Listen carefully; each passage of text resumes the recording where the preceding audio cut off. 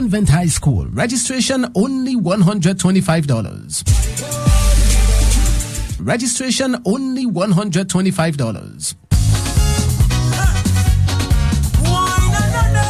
By popular demand, New York City and the Tri-State, look out for the grand return of the 13th annual King of Kings Calypso Extravaganza, Saturday, August 20, 2016, at the bigger, better, cooler Rosedale Center, 169-65-137th Avenue, Queens, New York. So Madebu packing, unlimited backing. So Madebu blast, unlimited space.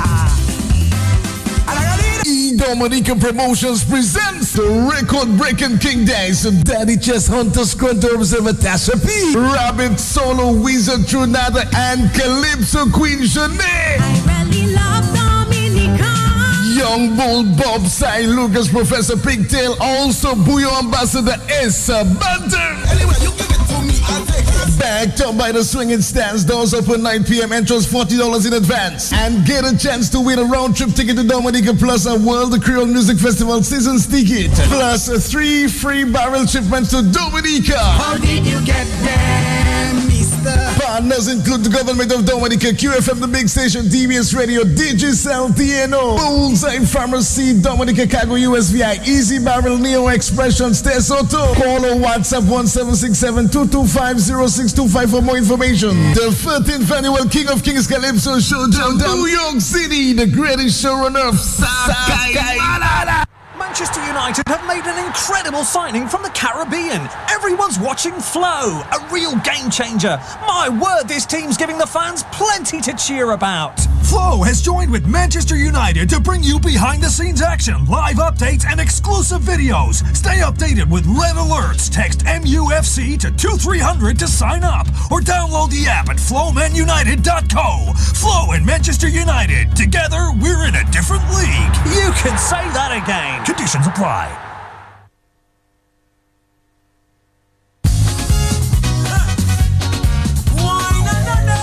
By popular demand, New York City and the Tri-State, look out for the grand return of the 13th annual King of Kings Calypso Extravaganza, Saturday, August 20, 2016, at the bigger, better, cooler Rosedale Center, 169-65-137th Avenue, Queens, New York. So Madebu packing, unlimited backing. So Madebu blast, unlimited space. Dominica Promotions presents the record-breaking King Days, Daddy Chess Hunter Squanto Observer Tasha P, Rabbit Solo Wizard Trinata, and Calypso Queen Shanae. I really love Dominica. Young Bull Bob Cy Lucas, Professor Pigtail, also Buyo Ambassador Essa Banter. Anyway, you give it to me, I'll take it. Backed up by the swinging stands, doors open 9 p.m. Entrance $40 in advance, and get a chance to win a round trip ticket to Dominica plus a World Creole Music Festival season's ticket, plus 3 free barrel shipments to Dominica. How did you get there, mister? Partners include the government of Dominica, QFM, the big station, DBS Radio, Digicel, TNO, Bullseye Pharmacy, Dominica Cargo, USVI, Easy Barrel, Neo Expressions, Tesoto. Call or WhatsApp 1767-225-0625 for more information. The 13th annual King of Kings Calypso Showdown, New York City, the greatest show on earth. Sakai.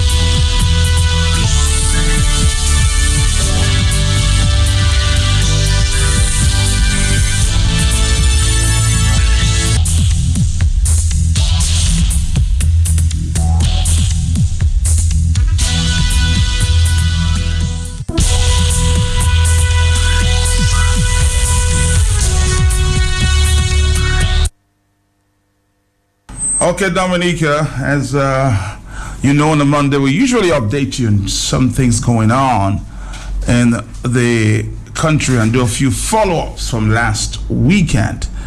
Khaled John Baptist is joining us on the line at this time. Khaled, good morning. Hi, Matt. Morning to you. Morning to your many listeners. How are you doing, my brother? Good, good. Well, just dealing with a few challenges, but moving on. Well, yeah.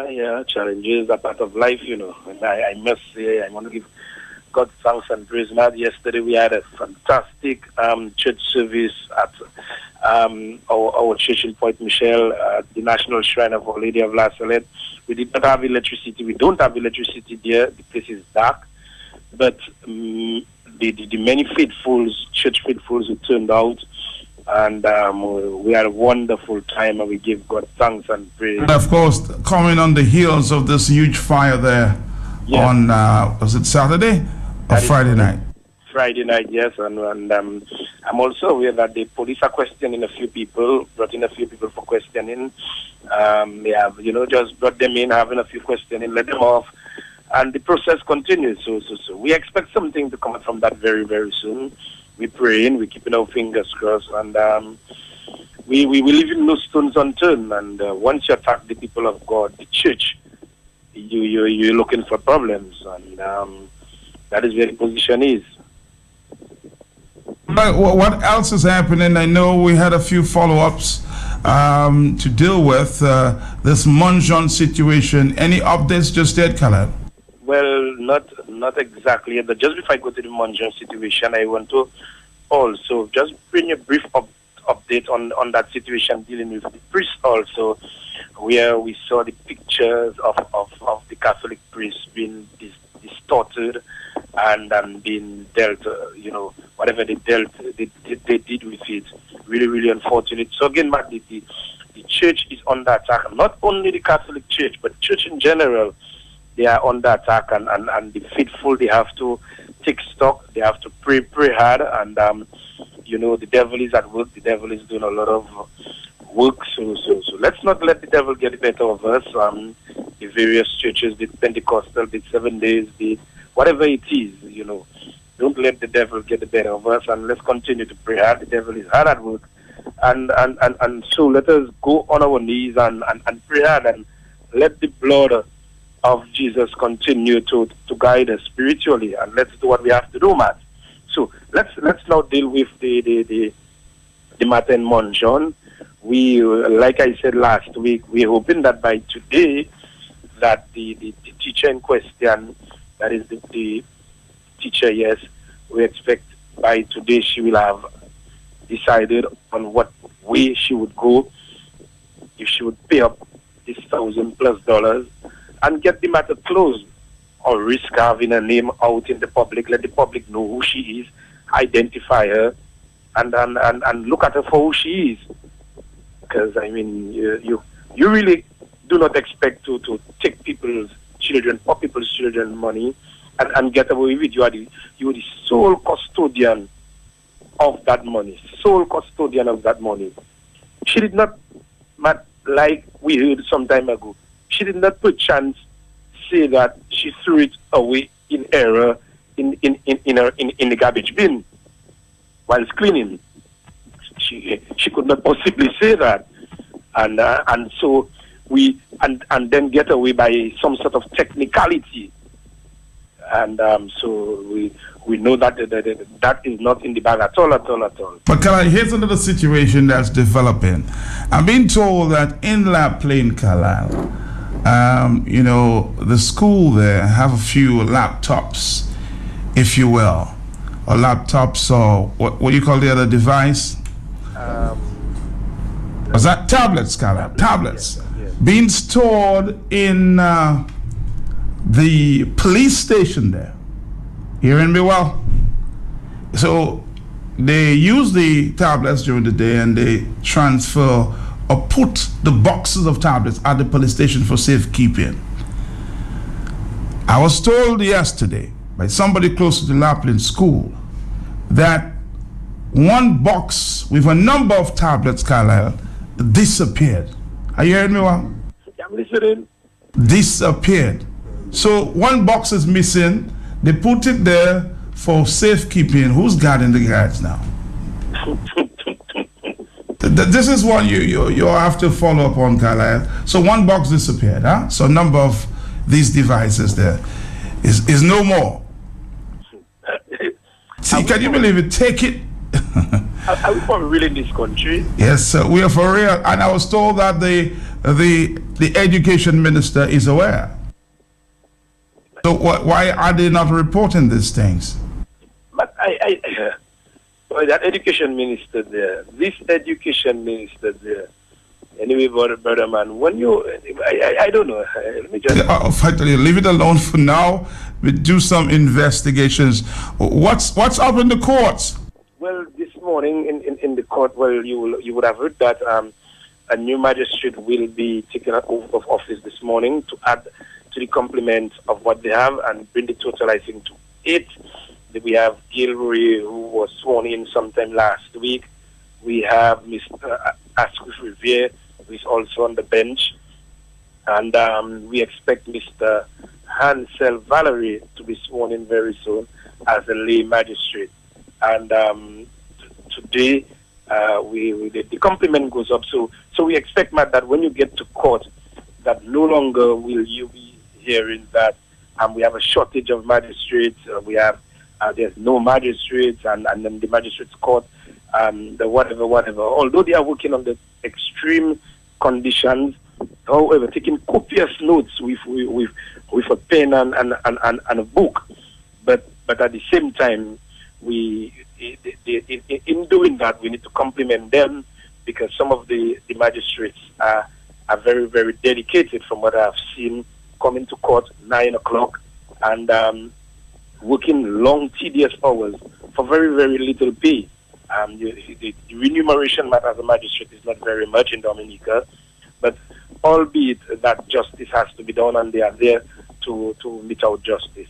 But this morning we expect Magistrate Bernard Paquette to give some decision in the jewelry matter, dealing with two persons. I think one of them name is the Ducre, the young Ducre guy, in the jewelry matter. So they were trying to get bail, and the bail hearing was held over the last few days, and he was expected to have handed down his decision on Friday afternoon at 2:15. But then he heard another matter from the lawyer Tiani Bianzin, dealing with another of those guys that's dealing with an abuse of the process. So that's Elrado Ducre and Craig Christian. That's the bail application. And the other matter is dealing with the client of Mr. Tiani Bianzin. So the magistrate is expected to give some sort of decisions as to bail sometime today. I'm not sure what time, but sometime today we expect that decision to be delivered at the magistrate's court in Roseau. All right, Carlisle Tobacco, thank you for these updates here. We will, of course, continue to monitor these developments. 8:33. When we come back, we'll talk to the opposition leader. Remember, tomorrow is budget day. Yes, the fiscal package will be presented tomorrow. We're going to come back after this. Manchester United have made an incredible signing from the Caribbean. Everyone's watching Flow, a real game changer. My word, this team's giving the fans plenty to cheer about. Flow has joined with Manchester United to bring you behind-the-scenes action, live updates, and exclusive videos. Stay updated with red alerts. Text MUFC to 2300 to sign up, or download the app at flowmanunited.co. Flow and Manchester United, together we're in a different league. You can say that again. Conditions apply.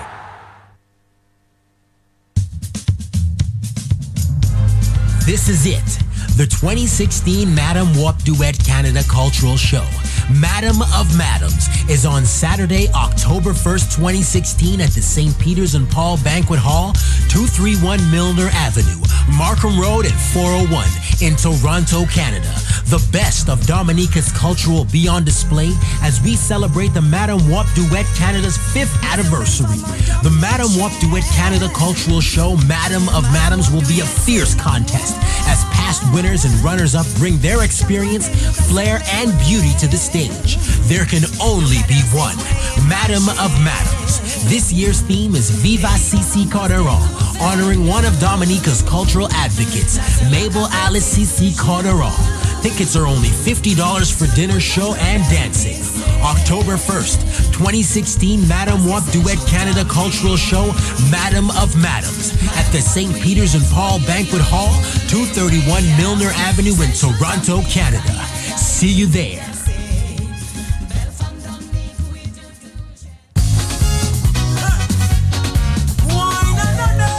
By popular demand, the New York City and the Tri-State look out for the grand return of the 13th annual King of Kings Calypso Extravaganza, Saturday, August 20, 2016, at the bigger, better, cooler Rosedale Center, 169-65-137th Avenue, Queens, New York. So Madebu packing, unlimited backing. So Madebu blast, unlimited space. Dominica Promotions presents the record-breaking King Days, Daddy Chess Hunter, Scrunter Observer Tasha P, Rabbit Solo, Wizard Trinata, and Calypso Queen Shanae. I really love Dominica.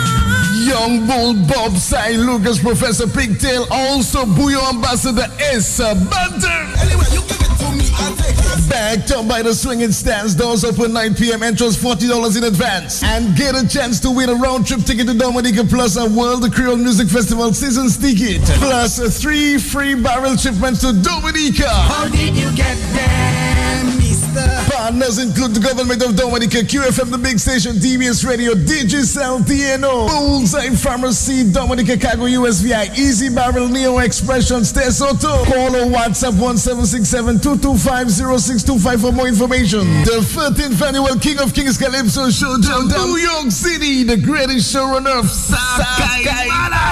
NCCU pays you back in our $1 million rebate campaign. Members who paid their loans well in 2015 will receive money back. Check your account for your portion of the big rebates. It certainly pays to be a member as NCCU pays you back. We're putting $1 million back into members' pockets. Not yet a member? Join the NCCU today. Left the family? NCCU wants to welcome you home. Visit a NCCU branch today. Thank you, members.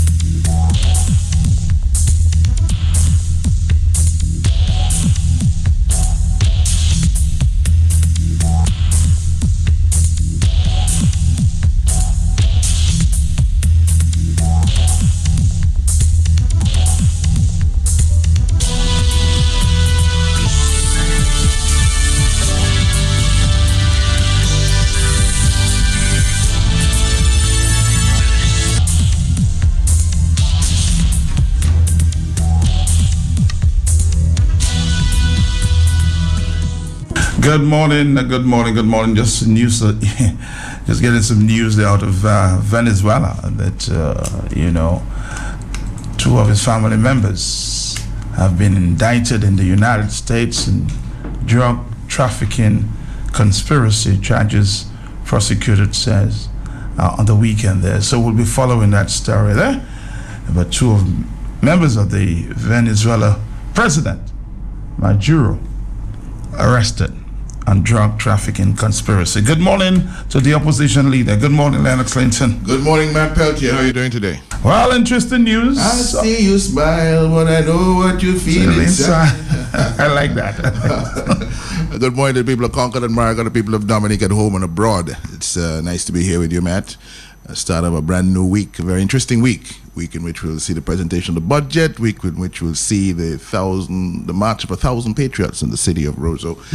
It's going to be very interesting. Well, what's the objective, Lennox? The 1,000-man match. I know we've had million-man match in the States. Well, as you understand, we're heading in. This is the season where we reflect on emancipation.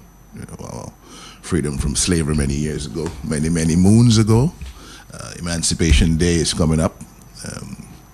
We thought we needed to focus on much of what is going wrong with Dominica that we need to rid ourselves of. Much of what we need to stand up for in Dominica. We have a situation in the country of no jobs, and it's not improving. It doesn't matter how much we talk about it. It doesn't matter how many recommendations we make. It doesn't matter. What's the employment numbers now? Or unemployment numbers? They're bad. They're very bad, Matt. Lots of people, thousands of young people still want jobs in Dominica.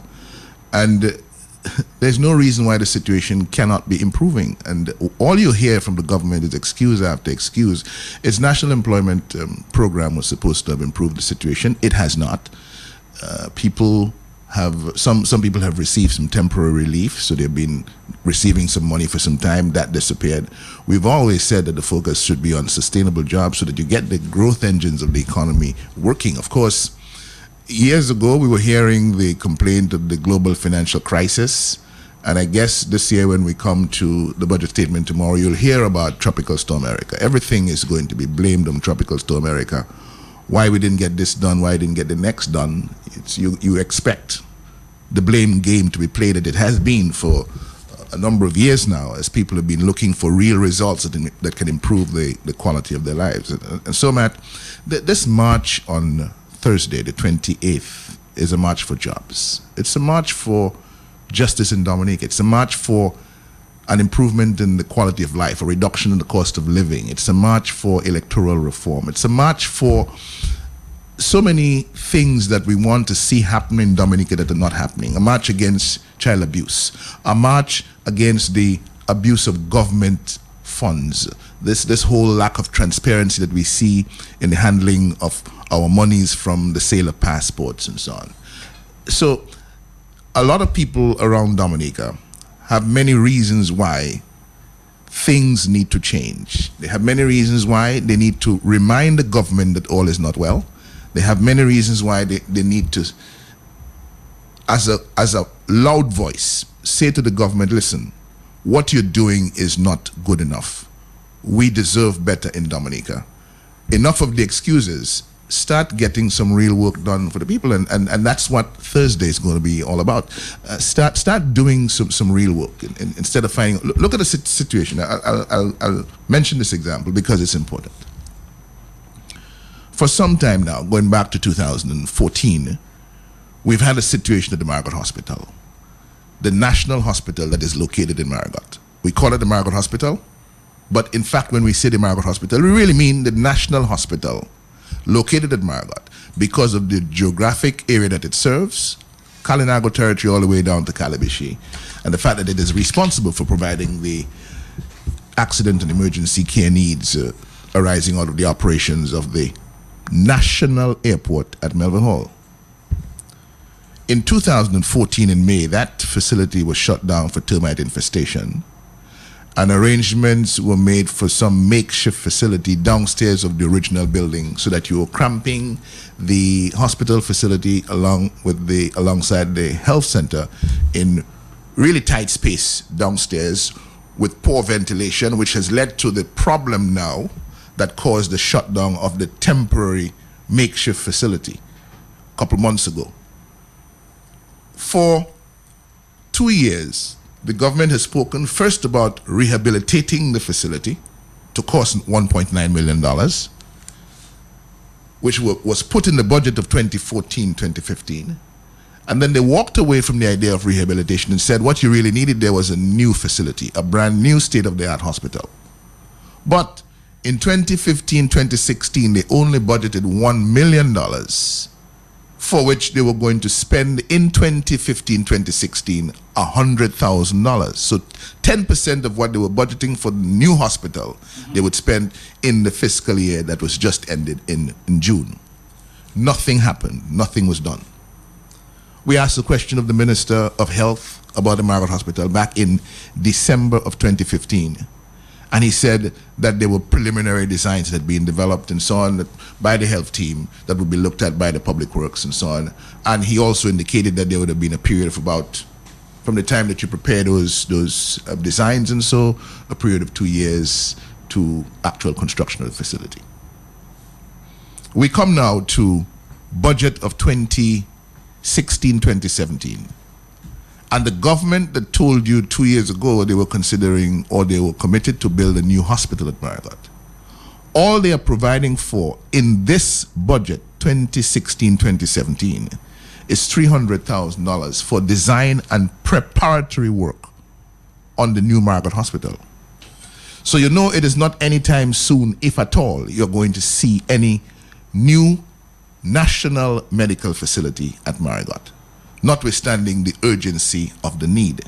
But the government can find money to do all other things, to put a non-essential bridge in Roseau, mash it up, spend $18 million to put it back up. But it cannot find adequate money for a new national hospital at Marriott. The people of the Northeast are enraged about this, and the people of the Northeast will be coming down on Thursday to show their disgust. So you have a number of things that upset the people of Dominica. You have a number of things that are injuring the interest of the people of Dominica, and for which the people of Dominica need to stand up.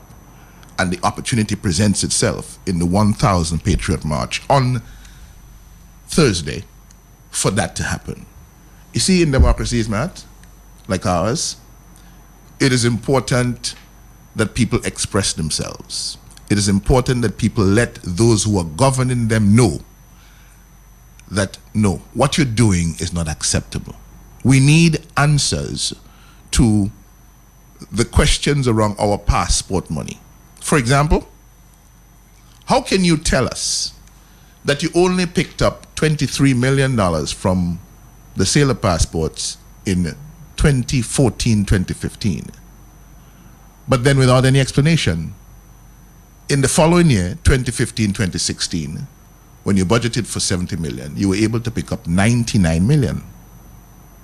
So 1 year to the next, you're improving your passport sales performance by $76 million. No explanation. So we expect tomorrow, when Mr. Skerritt presents his budget, that he will explain these numbers. Because we hope that Mr. Skerritt and company have not been under-reporting the monies from the sale of passports, or doing what they want with this and telling us what they want in budgets. Because now, from 99 million collected last fiscal year, in this budget year, the government is saying it is going to get $201 million from the sale of passports.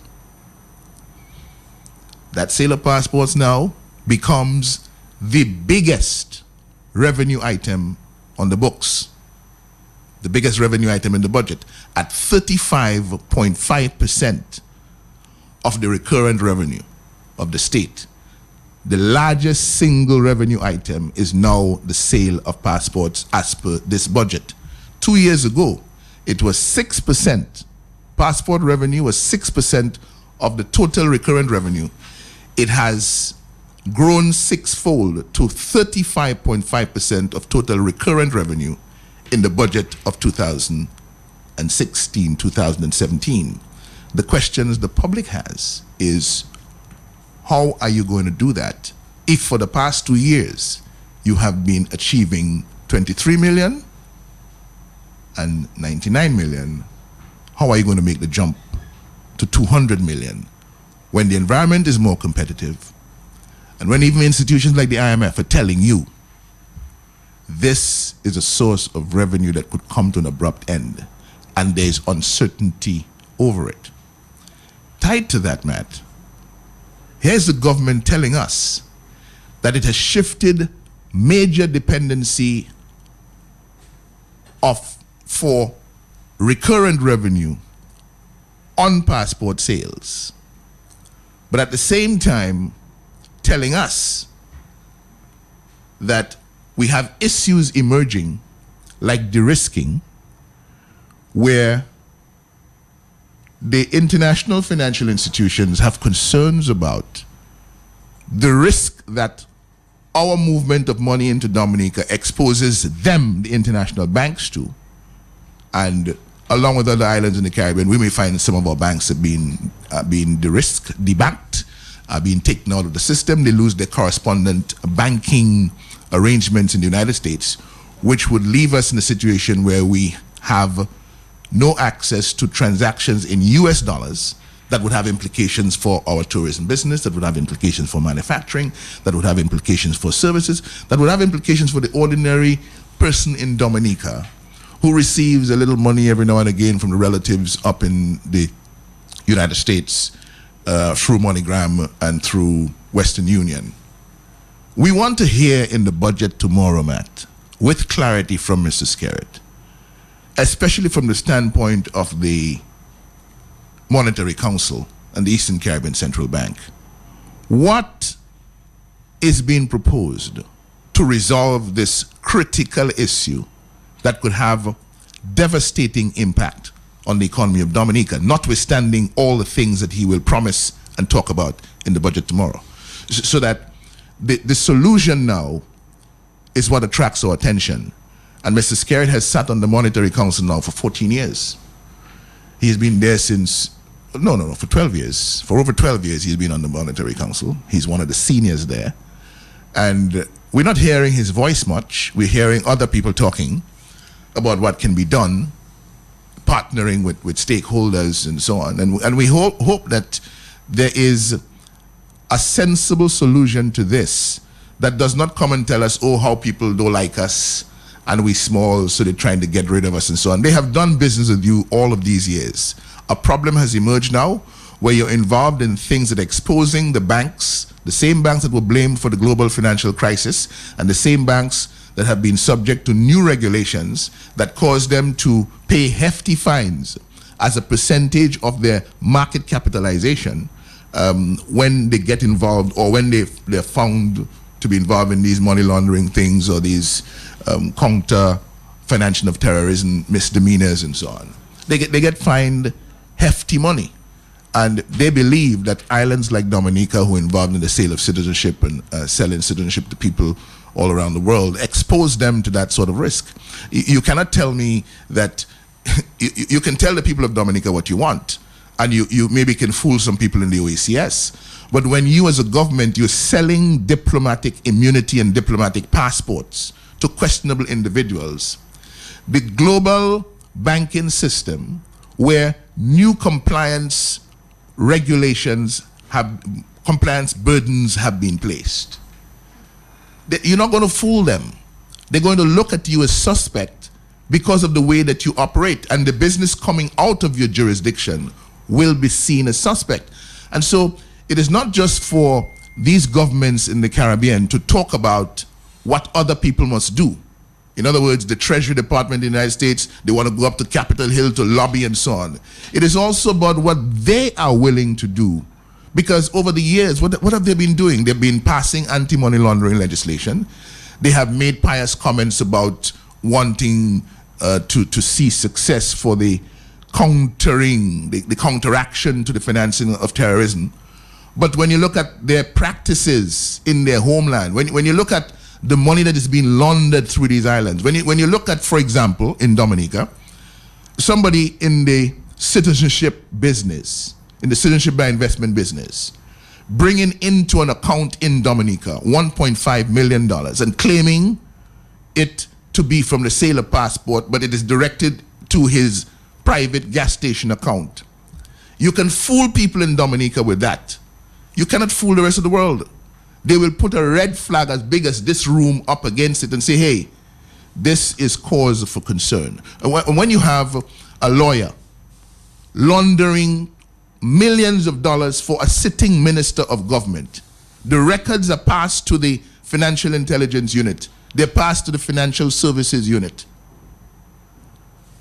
as suspicion of money laundering, and nothing happens because of who is involved.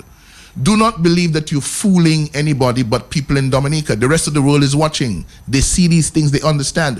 When you take the IPO legislation and you dismantle it to suit yourself, don't believe that that information stays only here in Dominica and you can send your senior counsel to browbeat people on the radio and to say all sorts of things that are irrelevant. The rest of the world is watching and they're saying, you are not behaving like a government that wants to be involved in the fight against money laundering around the world and to assist with the counteracting of the financing of terrorism.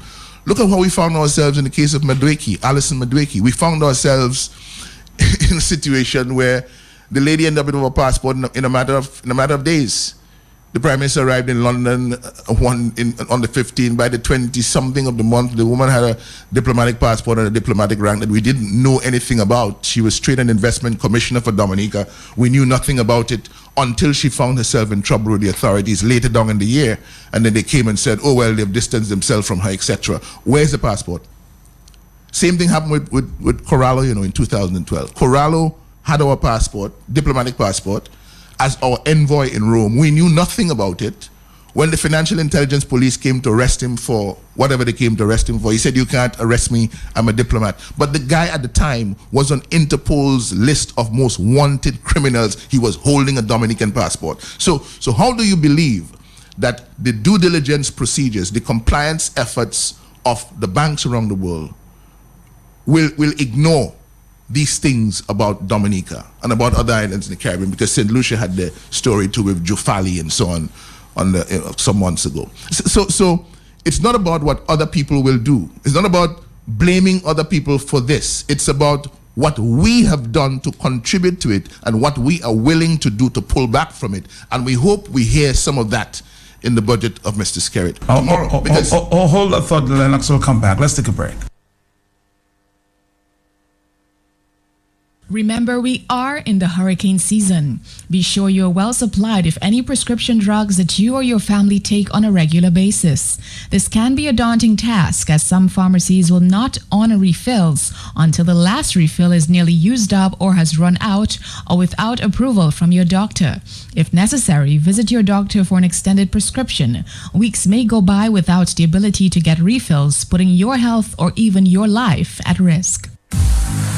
This summer, it's Broth and Booze at Miranda's Corner every Saturday from 1 p.m. Enjoy Miranda's mouth-watering broth with Kubuli Chebe Sao and El Dorado rum. Tickets $20. Call 245-4934 or check Facebook for details. Partners include Flow, Kubuli Chebe Sao, Belfast Estate, El Dorado rum, Majaf Trading, and Vibes Radio. Hi, we're Sol, and we're happy to serve you. We're now distributing our Sol gas and Shell lubricants directly to the Dominican market. You can access our same high-quality products by contacting our customer service team. Give us a call at 448-3865 or 448-3861. Send a fax to 440-5296 or send us an email at domsales@solpetroleum.com to place your order. Payments are now made at Sol's Foncolay Depot. For 100-pound cylinder customers only, payments can also be made upon delivery of their cylinders. Get your Sol gas and Shell lubricants today.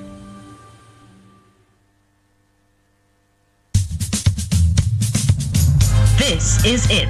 The 2016 Madame Wabduyet Canada Show, Madame of Madames, is on Saturday, October 1st, 2016 at the St. Peter's and Paul Banquet Hall, 231 Milner Avenue in Toronto, Canada. The best of Dominica's cultural heritage will be showcased as we celebrate Madame Wabduyet Canada's 5th anniversary. The Madame Wabduyet Canada Show, Madame of Madames, will be a fierce contest as past winners and first runner-ups do battle, bringing their experience, flair, and beauty to the stage. But only one can win the title of titles, Madame of Madames. This year's theme, Viva Sissi Corderon, honoring Dominica's cultural advocate, Mabel Alice Sissi Corderon. Come enjoy a delicious dinner and an exciting show. Tickets are only $50. October 1st, the 2016 Madame Wabduyet Canada Cultural Show, Madame of Madames, at the St. Peter's and Paul Banquet Hall, 231 Milner Avenue in Toronto, Canada. See you there.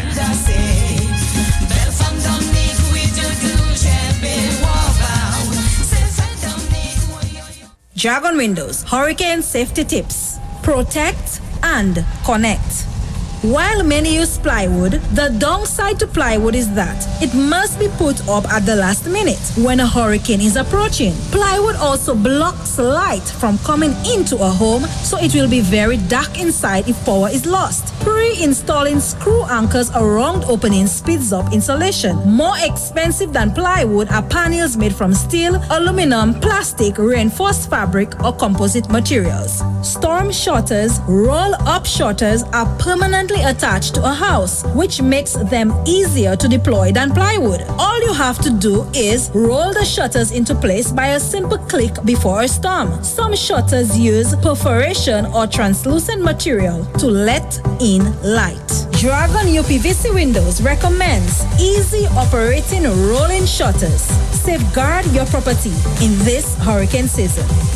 By taking a proactive approach toward fortifying your home or office building against hurricanes, you can rest easier knowing you have saved yourself money in damages. A little investment upfront in getting your building prepared goes a long way. Tip brought to you compliments Dragon Windows at Fopole. Call 448-0253 to check out the special sale for the hurricane season. Manchester United have made an incredible signing from the Caribbean. Everyone's watching Flow, a real game changer. My word, this team's giving the fans plenty to cheer about. Flow has joined with Manchester United to bring you behind-the-scenes action, live updates, and exclusive videos. Stay updated with red alerts. Text MUFC to 2300 to sign up, or download the app at flowmanunited.co. Flow and Manchester United, together we're in a different league. You can say that again. Conditions apply.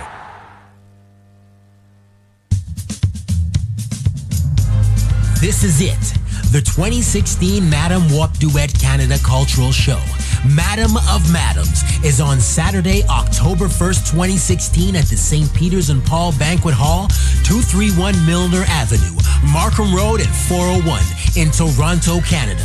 The best of Dominica's culture will be on display as we celebrate the Madam Wap Duet Canada's 5th anniversary.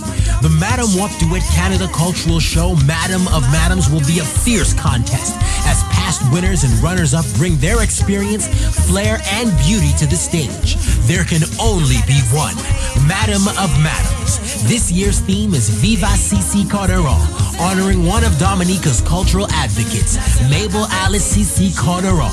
Tickets are only $50 for dinner, show, and dancing. October 1st, 2016 Madam Wap Duet Canada Cultural Show, Madam of Madams, at the St. Peter's and Paul Banquet Hall, 231 Milner Avenue in Toronto, Canada. See you there.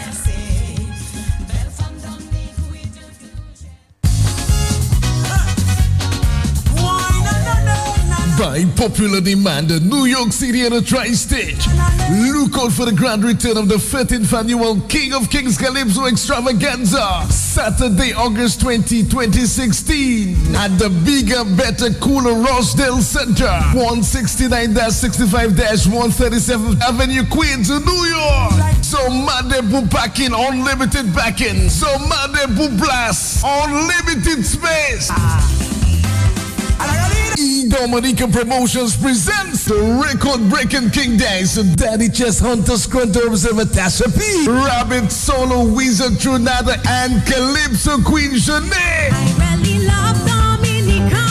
Young Bull Bob St. Lucas, Professor Pigtail, also Buyo Ambassador Essa Banter. Anyway, you give it to me, I'll take it. Backed up by the swinging stands, doors open 9 p.m. Entrance $40 in advance, and get a chance to win a round trip ticket to Dominica plus a World Creole Music Festival season's ticket, plus 3 free barrel shipments to Dominica. How did you get there, mister? Partners include the government of Dominica, QFM, the big station, DBS Radio, Digicel, TNO, Bullseye Pharmacy, Dominica Cargo, USVI, Easy Barrel, Neo Expressions, Tesoto. Call or WhatsApp 1767-225-0625 for more information. The 13th annual King of Kings Calypso Showdown, New York City, the greatest show on earth. All right, we're back here. The opposition leader is in the House, of course, one day before the fiscal package by Prime Minister Roosevelt's carrot is presented. Before we move on there, Lennox, I sense high level of crime, if you will. Crime is bothering a lot of people and what is going on. A lot link it with the unemployment situation. How concerned are you? Very concerned, Matt. This situation, I mean, what you look for is safety and security. It's a very important part of the expectation living in today's world. And to the extent that we're going to be seeing these increases in criminal activity that threaten peace and safety, it's never a good thing. But also, what you look for is the kind of measures that we're taking in terms of solutions to the problem.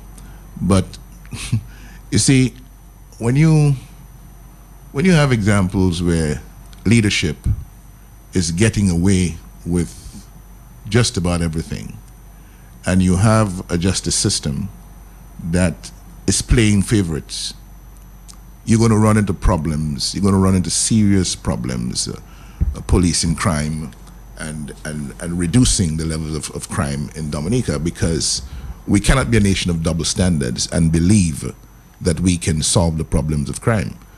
So one set of people are getting away with everything. Poor people, children are going to jail, and that's not going to work.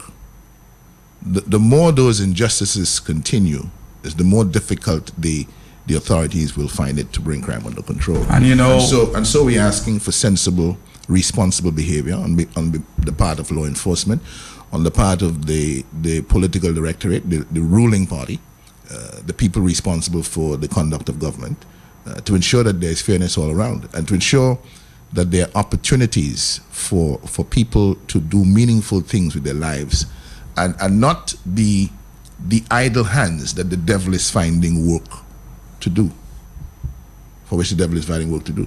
You see what I'm saying? You know, and people are actually will solve their own problems, will solve their own crimes, and break the laws as well. Somebody was outside of Nassif last week, and the police told him, "You can't park there." He said, "Well, give me a ticket and I'm parking." You know, these things will happen. Well, these things will happen. Look at what is going on around the world.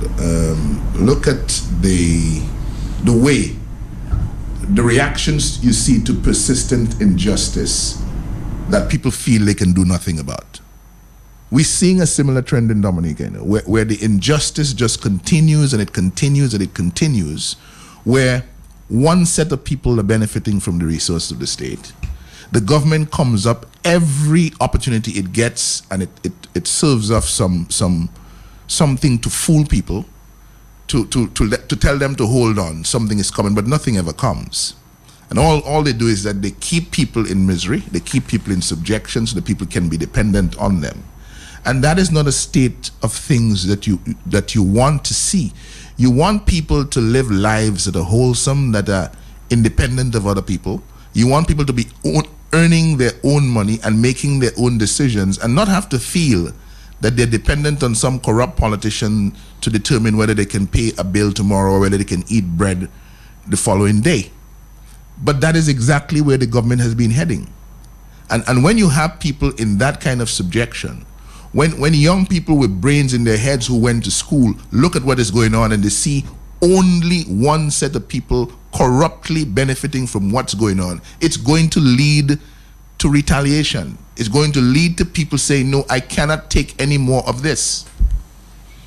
And that is why we're asking the government to come clean with the people of Dominica, to step back from some of the things that it is doing to injure the public interest, and to set up young people in these lives of hopelessness where they feel there is no way out. And we can do better than that, Matt. We can do better than that, but budget after budget after budget, we keep seeing the same old. And that is why we need to stand up on Thursday to say to the government, we have to change course.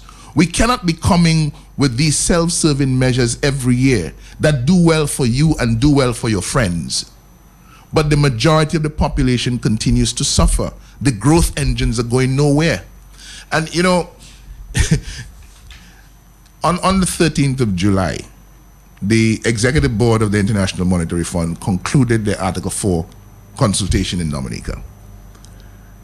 There have been many occasions in the past where Article 4 consultations by the IMF have been concluded, but the results have not been made public. This Article 4 consultation concluded in July, and we're now at July 25th, and the report is already public. The report doesn't go public if the government doesn't want it to go public. You see what I'm saying? So over the years, where the government has had discomfort with the IMF Article 4 report, it has not been released. This one has been released with the blessing of the government, and I suspect it's because there are some gratuitous comments that the IMF has made about government performance in the past year that this government is going to be seeking to lean on in the budget presentation to say that here, the IMF is telling us we're doing a good job. I'm suggesting that this is going to be a very interesting debate because the IMF is saying some very interesting things as well. There's some gratuitous comments that the government can lean on to say, well, oh yeah, we put the program for the rapid credit facility in place and we have structural reforms that we have been pursuing and so on. But you have some very interesting, if they're going to be relying on that, I don't expect them to be quarreling with the matters of fact that the IMF has placed on the record. I will go through some of what the IMF is saying because it is important for people to get the perspective. For example, the IMF agrees that the Dominican economy was hit hard by Tropical Storm Erica, and they claim that the output declined by 3.9% in 2015. They say that the tourism activities have largely normalized because you've had the full resumption of operations at the main airport. I find that interesting because this airport that has returned to normal operations and full resumption of operation at the airport, the government is budgeting $36 million to fix it in this fiscal year. You understand what I'm saying? I'm following. Now, you would think that rather than focus the attention on the international airport, you said 2 years ago you want to build before the election, 2014. You want to build an international airport. You have cried down the idea year after year after year when the United Workers' Party said it should be done. Instead of focusing attention, because according to the IMF, in its most recent report, you've had resumption of full operations at the main airport. You are committing $36 million to an airport which you have already indicated you'd like to move away from because we need an international airport in Dominica. Okay? Now they also say other sectors will take more time to be restored. Agricultural output, manufacturing declined. The storm affected crops and access to arable land, and it prompted the closure of operations of the main industrial plant, referring to DCP. Do you remember the Prime Minister's promise and plan to buy DCP? Mm-hmm. You hear anything else about it? You think I haven't heard that. You think you'll hear something about it in the budget tomorrow? Okay. And then the IMF says, in addition to the protracted decline of banks' credit to the private sector. Now remember what we're talking about, eh? We're talking about banks where we have heard over the years there is liquidity. But we're hearing, again, of a protracted decline in banks' credit to the private sector, remaining a drag on economic activity and being underpinned by high non-performing loans. High non-performing loans is a feature of a declining economy where people are unable to make ends meet in the business sector, so they're finding it difficult to service their loan requirements. Now, notwithstanding weak exports of agriculture and tourism, the 2015 current account deficit remained contained on the back of lower oil imports. It is a remarkable thing that the government of Dominica, in the economy that was battered by Tropical Storm Erica, actually picked up over $90 million more in revenue last year than it did in the previous year. So in the Tropical Storm Erica year, the Tropical Storm Erica year was one of the best revenue years, recurrent revenue years for the government. And I'll just give you an example. Overall, it was $454 million last year, compared to $362.8 million in 2014-2015. Do you believe those numbers? I would refer to them as very interesting. No, yeah. So what we're looking at is a situation where the government is claiming that it was able to improve its revenue performance in the year of Tropical Storm Erica that battered the economy. So in the battered economy, it was able to get more government revenue. That is because you had the additional $76 million from the sale of passports. But side by side with that, the taxes on domestic goods and services, the VAT, which was slightly lower, but you had an improvement in the tax on international trade transactions. You had an increase in the corporation tax, especially in the area of withholding tax, where you move from 6 million to 12 million. And then some other areas of improvement resulted in that $91 million additional revenue year on year, 2014-15 to 2015-2016. So when they're blaming Tropical Storm Erica for everything under the sun, always remember that the recurrent revenue performance of government in the Erica year was better than it was in the previous year. But something interesting, the government before Tropical Storm Erica had budgeted $104 million for grant funding. And remember, this is the government that prides itself on being better than everybody else in terms of its friends in the international community that will give it whatever it wants, and Mr. Skirt is the only person that can go out and talk to people and get money to come back to Dominica, etc. $104 million, the target.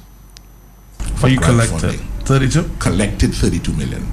Less than 1/3. Which means that you planned for $104 million before Tropical Storm Erica. When Tropical Storm Erica hit the month later, that should put you in a position to overshoot that target because of the new sympathies, the new willingness to help that will come from sources all around the world.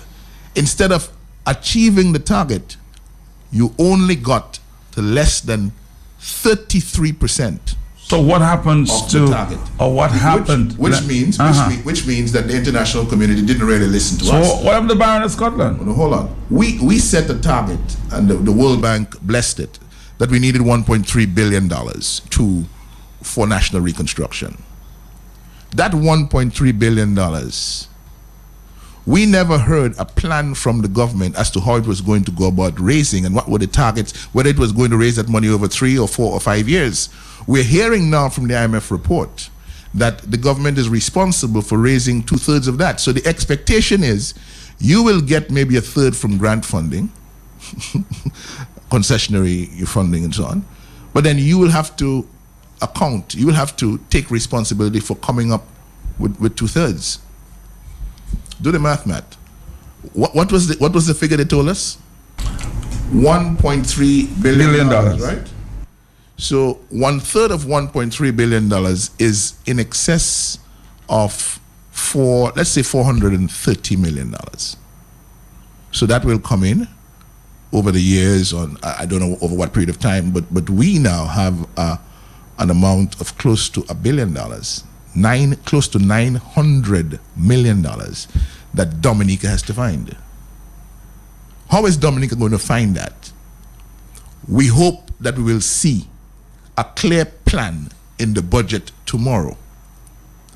Because this business of relying on gratuitous comments that come from agencies like the IMF, when the IMF is telling you clearly what is wrong and what needs to be fixed, but you keep ignoring it year after year after year, it's not going to work. And that again, the sort of trickery and deception that is in these budget presentations when we're looking for transparency is more good reason why the people of Dominica should be on the streets in massive numbers on Thursday. All right, let's take a phone call there. Hello. I say praises, thanks, blessings, and glory to all those with humanity. Mr. Linton, Mr. Matt Pelty, blessings on your family. Good morning to you, my brother. Yes. Yeah, Yeah, and the Honorable Mr. Linton. Matt, I did not hear too well. Quickly, it's not nothing in addition having to do with Hector Sparks John. It's the same, his mom situation? Yes. Yeah. Okay, anyway, Sparks be strong. God bless. Mr. Linton, blessings again. I'm listening, and I have said already, a lot of times we hear politics is a game. And that's a perfect excuse, because you take a gun and you shoot somebody and you start blaming the gun. Remember, it's you, the person, you and the person. Where is the gun? Because if there was not the gun, you would have found a means to kill the person. Mm-hmm. You understand what I'm saying, Mr. Pelty? So if there wasn't politics, you would have found some means to be cunning, corrupt, and brutal. But praise God, a perfect excuse, politics is the game people play with the lives of other people. It is not the politics, it's the games we play.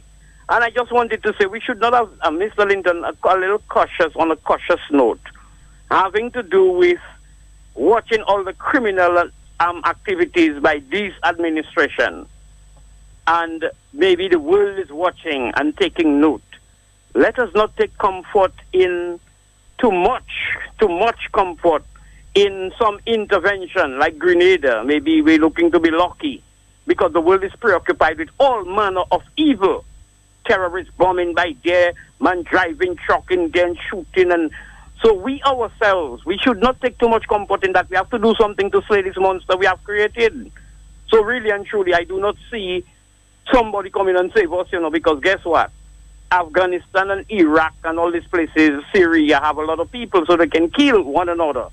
But can you imagine we being ignored until the end? We will have them kill each other in the region. And in closing, Caribbean politicians, and I saying all that to say, do what we have to do to get rid of this monster. If we're looking for foreign intervention, it might take us forever. And I am just saying, these politicians in the regions, sometimes back I heard them talking about laws having to do with extradition within the region. So if you commit a crime in Dominican, you run to Grenada and you've been talking all the gibberish. And I am saying there is nothing where they're talking about having laws amended for when these corrupt politicians commit their crimes and they're still walking high. People in public office in high places, when they commit their crimes, it is a pattern in the region because of the corruption, where these criminals keep walking the streets. Every little Joe Blow that gets charged for a joint, he's in jail if he cannot pay. But they're walking around with all the millions they have accumulated, and nothing can be done. So I am saying, these regional politicians, when Roosevelt's carried doing what he's doing there, you think they're going to, all of them belong to the same club, and they do not want to offend their colleagues publicly. If they do that on a political level, and they'll come and apologize and say, sorry, boss, but I run out of strength, so I had to give you a low blow.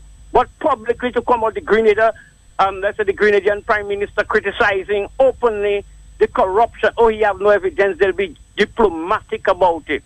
So really and truly, there's a lot at stake in Dominican in the region because of the corruption we are infested with, my brother. Thank you. Thank you. Let's take another phone call there. Hello. Good morning, Matt. Good morning, Mr. Linton. Yes.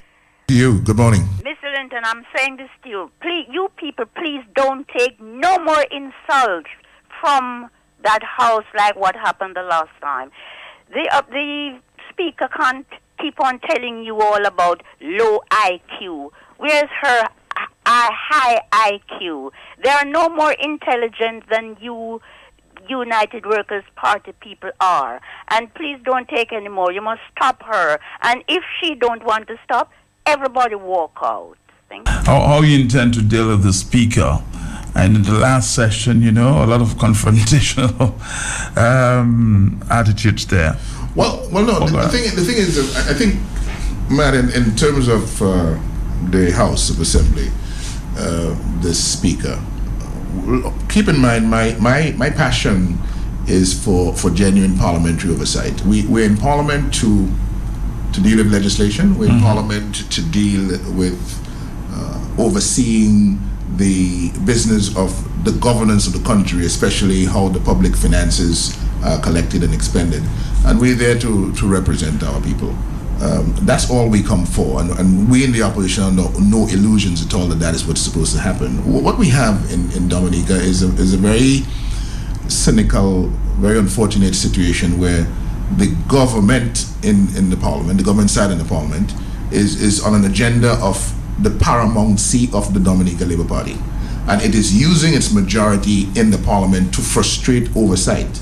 So unlike what you see in other jurisdictions under the Westminster model, where you have functioning committees of the parliament, and you have, for example, the Public Accounts Committee and similar bodies that are doing good work in terms of looking at public finances, how public finances are spent, not the policy, but the actual administration of these monies and how the public officers account for them over time, to the benefit of the people. Because when you have that sort of oversight and monitoring, when you have questions being asked and people knowing that they will be held to account for the decisions they make in managing in handling the monies of the people of Dominica, then we'll have better results. Nothing of that nature is happening well. We are in a fight to get good parliamentary oversight. Last year, I spent a significant amount of time talking about the budget cycle and what needed to improve in terms of involvement of the parliamentary opposition at an earlier stage of the process to enable it to better contribute to a more credible budget. That presentation was ignored. Nobody mentioned it, nobody spoke about it, nobody rebutted it. And so I'm going to return to some of those points again in rebuttal to Mr. Skerritt's proposal this year, because now we see from the IMF report, they have concerns about the budget cycle as well, and some improvement that need to be made there. So that when we go to Parliament and we face a speaker whose sole purpose is to get us off track, whose sole purpose is to try to disturb us, is to try to disrupt our flow by herself taking on the responsibility of raising standing order objections, when it's the role and function of the other side to raise the standing order objections so that she can rule as speaker. She is doing the standing order objections for herself. She's telling us which rules she thinks we are violating. So the other side is doing nothing. She is the one using the chair to harass us. She's the one using the chair to say all sorts of things about us. And when we are being maligned from the other side, she's chuckling and laughing in the chair. Now, we are relatively new parliamentarians. We started in February of 2015. I would say that we've done an excellent job so far of trying to lift the standard of content and debate in the parliament, and I think we have excelled in that regard. We have not been as effective in pointing out to the speaker where she is actually in violation of the very rules that she's supposed to be standing on. And going forward, we're going to see a different kind of opposition group in Parliament. We have been learning on our feet, and we don't intend to take, to the very point that the caller is making about the insults. We are not in the mood to be tolerant of that any longer. Our zero tolerance policy is going to take a new direction in the Parliament of Dominica on these matters. And the budget debate will see a different opposition. Hello, talk to me. Are you there, caller? Yes, I'm here, Matt. Yes. Good morning to you. Good morning as well. Good morning. Look, I'm listening to all of this again, and I know these complaints have been made several times before. I'm particularly concerned, as many other Dominicans are, about this financial management issue. How monies are given by the government, the revenue that comes in, and what you are explaining, Lennox, that there is no transparency or very little transparency regarding many of these transactions, especially as those relate to this so-called citizenship by investment and passport sales. We need to stay the course and hold on the principle. We cannot have a renegade government in the country. It is not going to do the citizens any good. It is not going to do the country any good. And I do not agree with anybody who is going to call and say that somehow or the other it is not possible to get assistance from the international community. I don't believe that. I believe that it is possible appropriately when these things concern international matters to bring international agencies to bear on the problem. This passport thing is not just a Dominica internal matter. It is an international transaction that is taking place. We have seen already the many instances in which all kinds of people who are, because of international laws, have been involved in these matters, and the fact that, especially in the United States, a number of them have been brought before the courts and before the law. And we should just stay there in Dominican fear at the matter internally. It will not be enough. We have to reach out to any area it is appropriate to go to so we can bring this matter to resolution and certainly put at the top. And that's my contribution. Well, for some reason, your line seemed a little distorted this morning. But we're going to come back. Right? Lennox, did you hear any of this? Yes, I pretty much heard. But his concern is about transparency. And okay. Well, let's take a break and we'll come back here right after this. CCU pays you back in our $1 million rebate campaign. Members who paid their loans well in 2015 will receive money back. Check your account for your portion of the big rebates. It certainly pays to be a member, as NCCU pays you back. We're putting $1 million back into members' pockets. Not yet a member? Join the NCCU today. Left the family? NCCU wants to welcome you home. Visit a NCCU branch today. Thank you, members.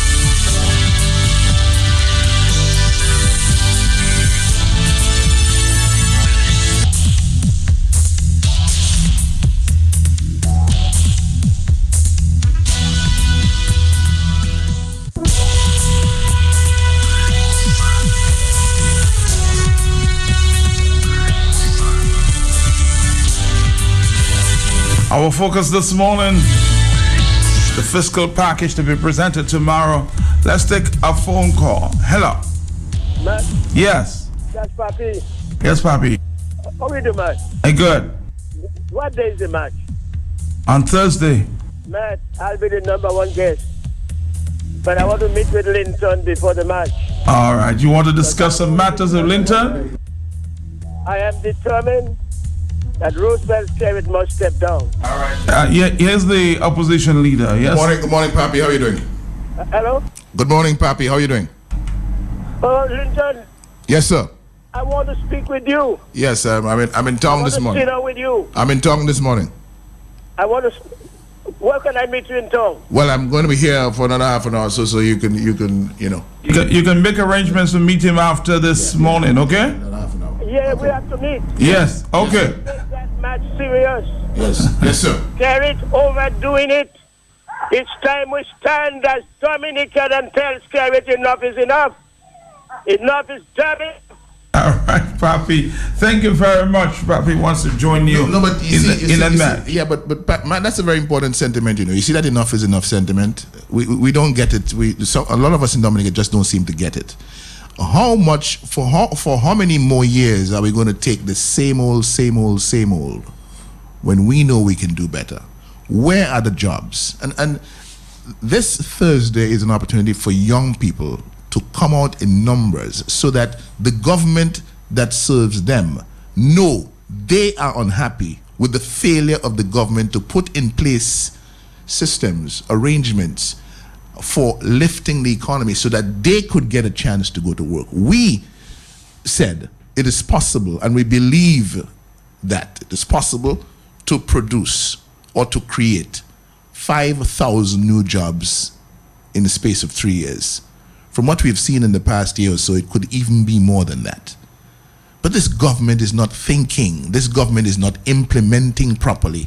And those failures need to be protested. People need to go in the streets, as they will do on Thursday, to say to the government, no, this is not acceptable. Where's the coffee plant? What happened to it? You're now destroying, you have 4,000 pounds of coffee beans rotting on you, while you have what you call a coffee plant down at 1 mile. It cannot open, it cannot function. What happened to the abattoir? What is the situation with the Morocco Hotel?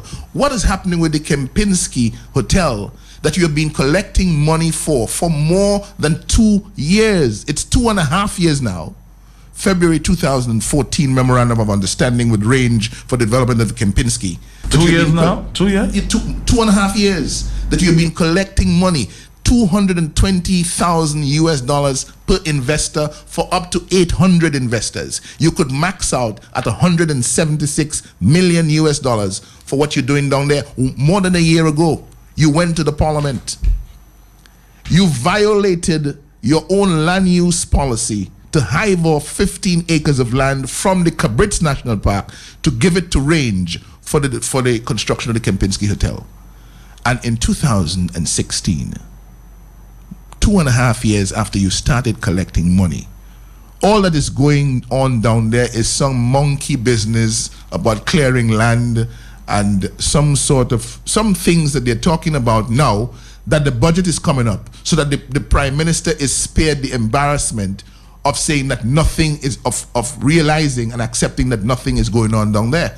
But where is the environmental impact assessment study for the Kempinski Hotel in the national park? That is a matter that should concern Dominicans, to the point that we ought to be demanding this week to see the environmental impact assessment study. And for that alone, thousands of people should come on the streets on Thursday. For that alone. Give me for some... the fact that, for the fact that we have not seen an environmental impact assessment study for this Kempinski Hotel, that we do not know is going to be built. All we're seeing is land clearing. Because remember, we had land clearing at Laiwa. How many years ago? We had actual construction beginning, and then we shut down for fraudulent concrete. We're hearing some stories about the foundation work that needs to be done at the Kempinski project and the kind of impact it will have on the environment. So at this point, given what has happened to the Morocco Hotel, we're still not sure whether we're going to get any Kempinski Hotel, but money is being collected under the Citizenship by Investment program. The people of Dominica need to stand up, and they need to say, we have had enough of this citizenship by investment and this economic citizenship, where we are seeing citizens but no investment. Which investment over the years have we seen that is functioning and delivering benefits to the people of Dominica? So we have in citizens, yes, but the investment that they're talking about, it continues to elude us. And that is reason why we need to stand up. We need to put boots on the ground on Thursday in that 1,000 Patriot March on the city of Roseau. We're going to start at Lindo Park, Matt. We'll be assembling there from the afternoon. 3 o'clock, 3:30, people can start assembling there. We'll be there getting ready because we're leaving from Lindo Park at 4:30. We're doing it at a time... You need police permission for that? Yeah, we will get the police permission. We have requested that for some time now, and the police have basically approved the route that we will travel through Roseau. So we have done that. When we meet, we move off from 4:30. So we'll walk through the city of Roseau. We'll follow the route approved by the police, and we will end up in Lago. We'll come back to Lago Trade Union Hall area there for a massive public meeting. At that public meeting, we will be paying attention to the issues of concern to the people of Dominica, and we'll pay special attention to the provisions in the budget that are once again not going to accomplish much, if anything at all, for the people of Dominica. We'll point to the fact that here again you have more of the same old, because you see, even the IMF is telling us now again that Dominica has to press ahead with efforts to improve financial regulation and supervision, and it needs to further strengthen its legislation for anti-money laundering and countering the financing of terrorism. We're hearing that from the IMF. We're also hearing from the IMF that growing the economy requires higher private sector participation. How long have we heard that? And improving the business environment. How long has that been happening, Matt?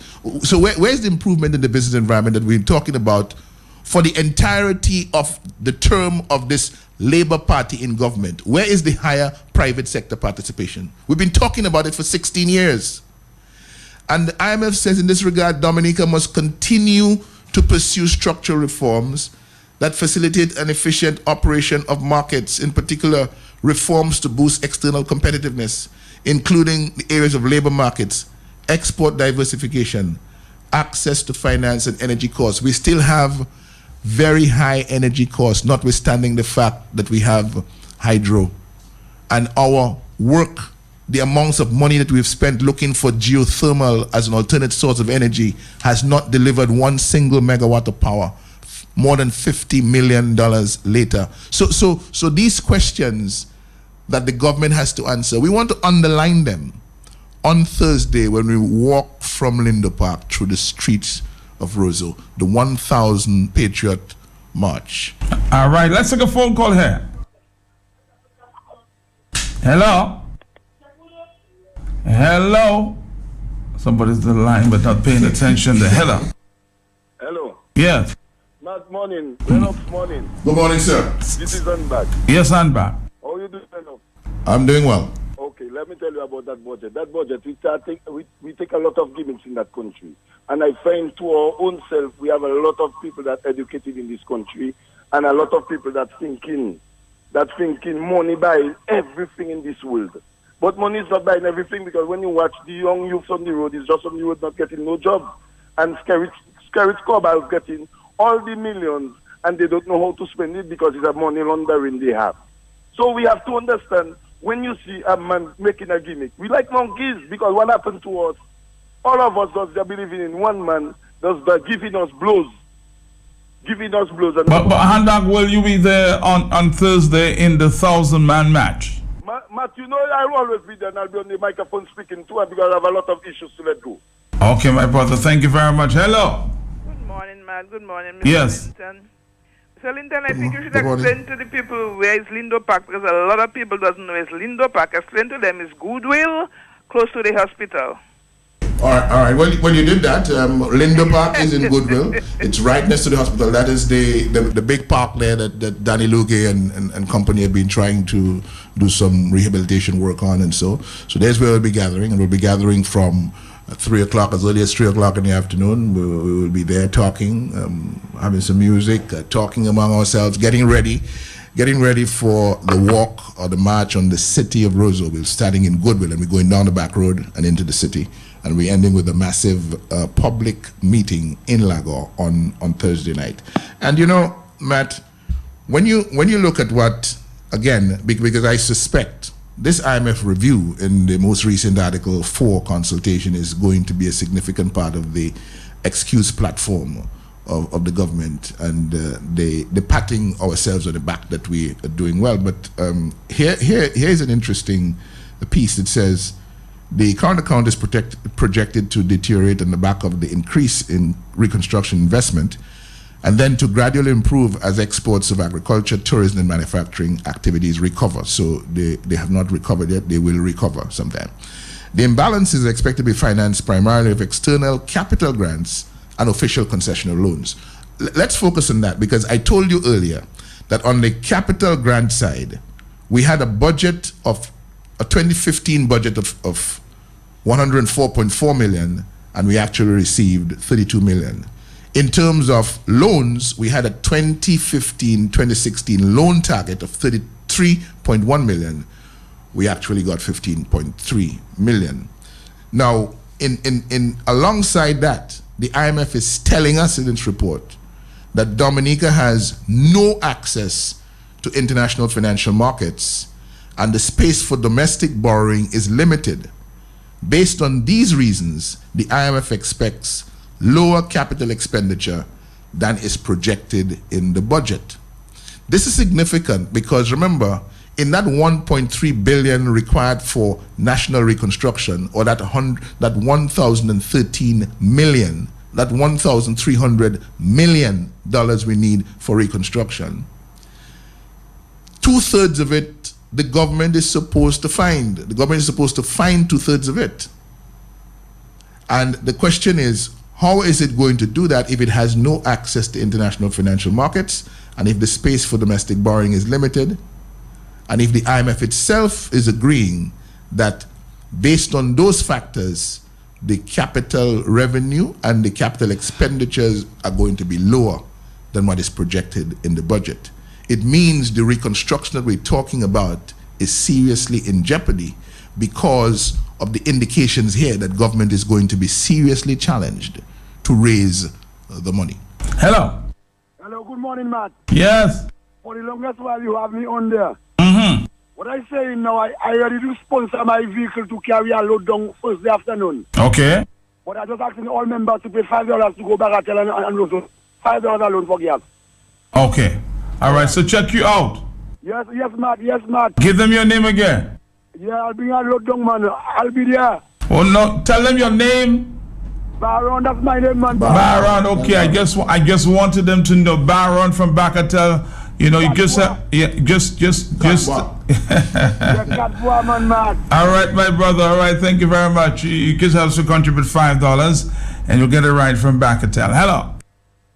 Yes, good morning, Matt, and good morning, Mr. Linton. A blessed day to you, Good sir. morning, Narika Thomas. How are you doing?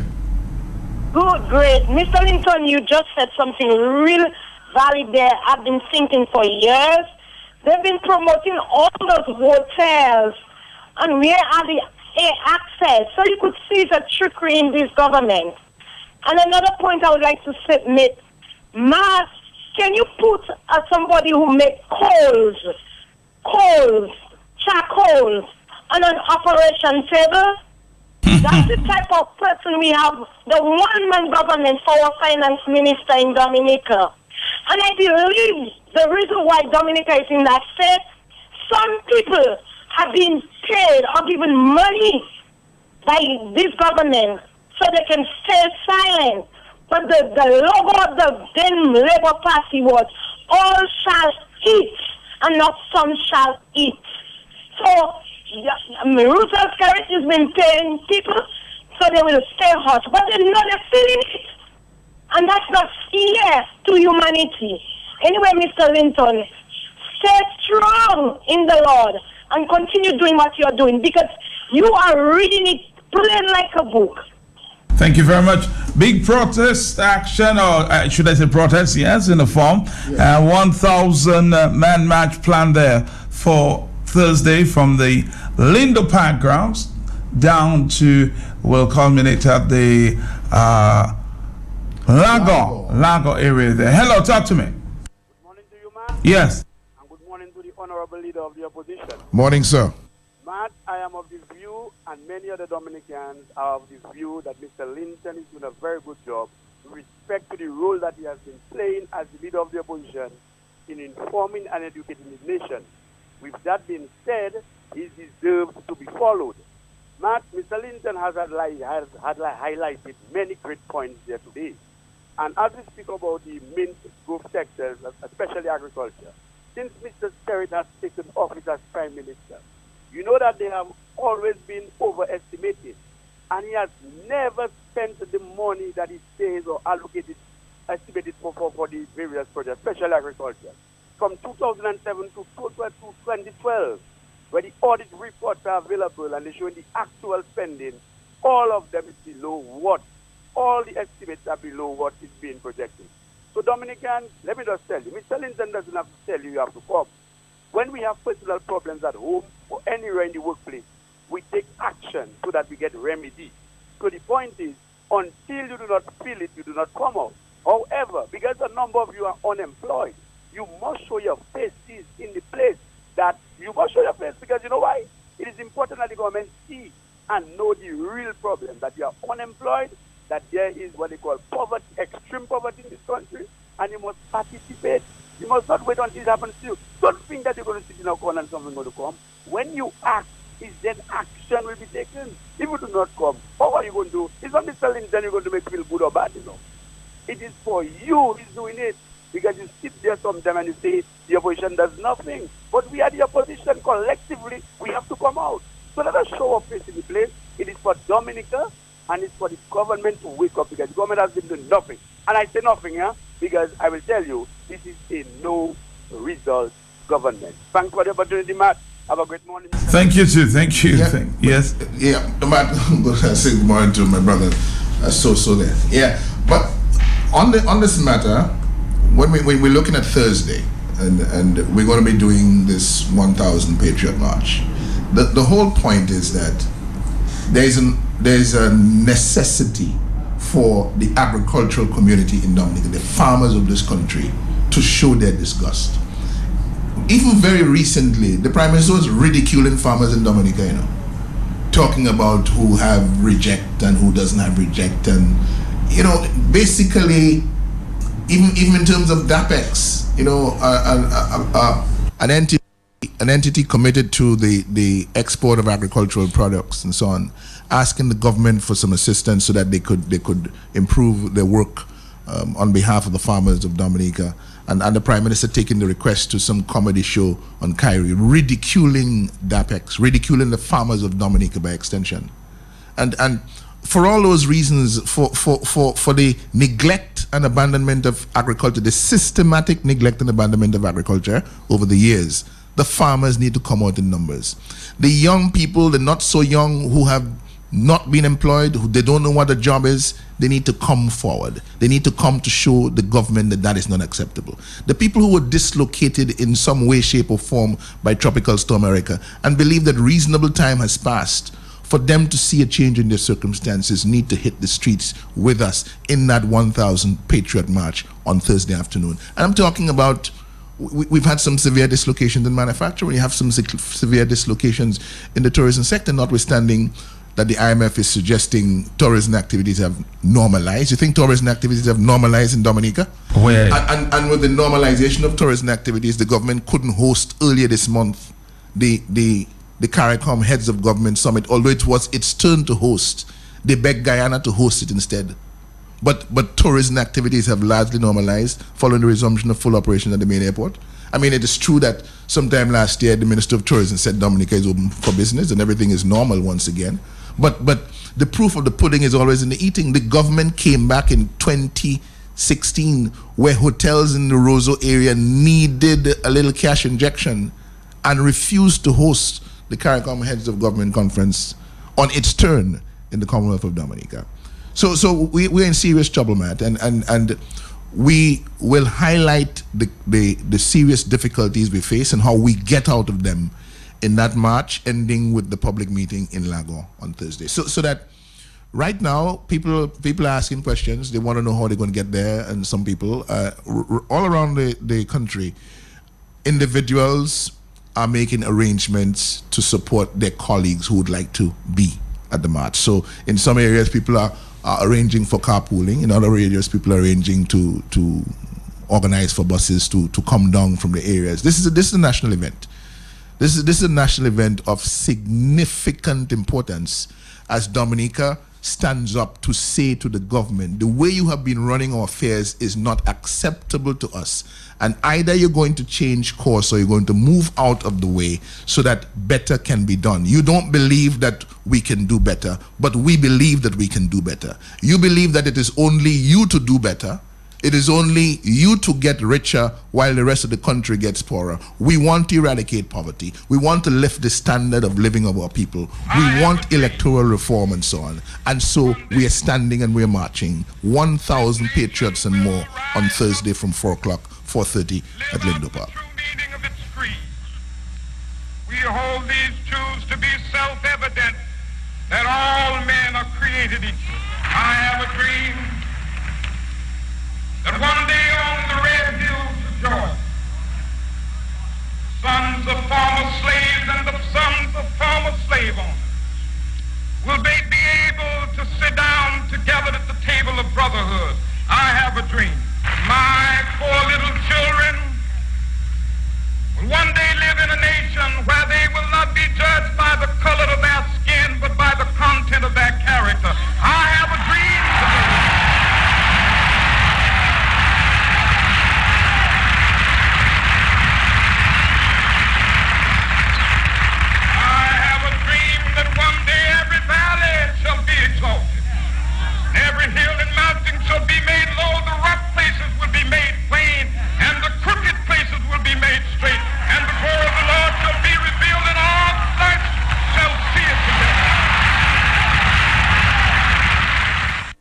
Dominica, good morning to you. Hello. Mrs. Carriage is so sure that the opposition cannot do anything. Why won't he give them a chance? And even an ordinary election, he just have to bribe the people and pay for them to win, to get votes, but yet he won't move away and give them a chance so people can laugh at them, and then he would have his position back. Try that, Mrs. Carey. Hello, talk to me. Hello. Man, Yes. last word I'm saying to you quick. When Dominicans hear Papi going to be on board, trust me, it's going to be the biggest match for whoever had in Dominica, because people respect Papi. And I had enough to take it out of office. Okay, Papi, we'll be there on Thursday. Hello. Yes, good morning, Matt. This is Daniel Ugedi, host. Or the host. Parliamentarian of the 1000 Patriots match. I'm inviting the whole of Roseau North, Roseau Central, Roseau South, Roseau Valley. That's the close areas. If you have to take donkey, if you have to take horse, if you have to take a cat, come down to Lindo Park from 4 o'clock on Thursday afternoon. I'll be happy to welcome you as the Patriots register our discontent with the way this administration is running things. 9:56, we'll take one final phone call and we'll allow the opposition leader to, of course, wrap it up here this morning. Very interesting. Tomorrow, the fiscal package will be presented, and on Thursday, this 1,000-man match there starting at Lindo Park. Hello, 449-3095-96 and 97. Lennox, you very optimistic about Thursday? Absolutely, Matt. Absolutely. When you take stock of what's going on in the country, when you take stock of what's not happening for the people of Dominica, you realize, especially at this time when we're reflecting on emancipation and so on, it is time to take a stand. It is time to take a stand about all the wrong things that have been burdening us under this regime for a number of years. And in this week, when we're talking about the budgetary proposals for a better Dominica, hopefully for better Dominica, it's a good time to let the government know that it cannot continue with this practice of promise after promise after promise that is not delivered year after year after year, and then come back in the budget with the same platitudes over and over and over again, and the lives of the people continue to go in the opposite direction, while the lives of the ministers of government, their friends and supporters, continue to move up and up and up. We are fed up of this tale of two countries, where the one in which we live, the people are catching hell, and the country in which the ministers of government and their friends live, they're doing royally well. The people will say on Thursday, we've had enough. The people will say on Thursday, we need jobs. The people will say on Thursday, we want our agriculture back. We want electoral reform, and this stealing and cheating of elections in Dominica must come to an end. We want an end to the abuse of our children. We want an end to the corrupt spending of public money, and this whole thing of contracts without bidding, this whole lack of transparency in the economic citizenship program. Hear what the IMF says, They want to see reform measures to strengthen and support the budget process and its execution, including systems to improve public financial management and improving the transparency of the economic citizenship program. We're not getting numbers from this government. This government is not accounting to us. And they must start doing that. Air Dominica, flying to nowhere. On autopilot, the captain, he not there. Signal the tower, the plane losing power. The captain don't care if it crash, he won't be there. The plane is losing altitude. The passengers, they have a don't care attitude. It's like drinking rum and zero texting on their cell phone, as if the life in danger is someone else and not their own. The captain not there. Air Dominica on remote control. Okay, Matt. Thank you very much, Lennox Linton, of course. God bless the spirit of the Buple. Matt, I didn't have a chance to publicly give my condolences to the family. Of course, may his soul rest in peace. And of course, to my brother Hector John, who tragically lost his mother that last week. We extend our prayers and our sympathies, and we give him the assurance that we're there with him. So tomorrow is the budget. We will see what it has, and then we'll be reacting to the budget later on in the week. But of course, inviting one and all the patriots from all across Dominica to the march of 1,000 patriots. I hope I noticed you guys saying 1,000 man march. It's not man, you know. It's man, woman, and child.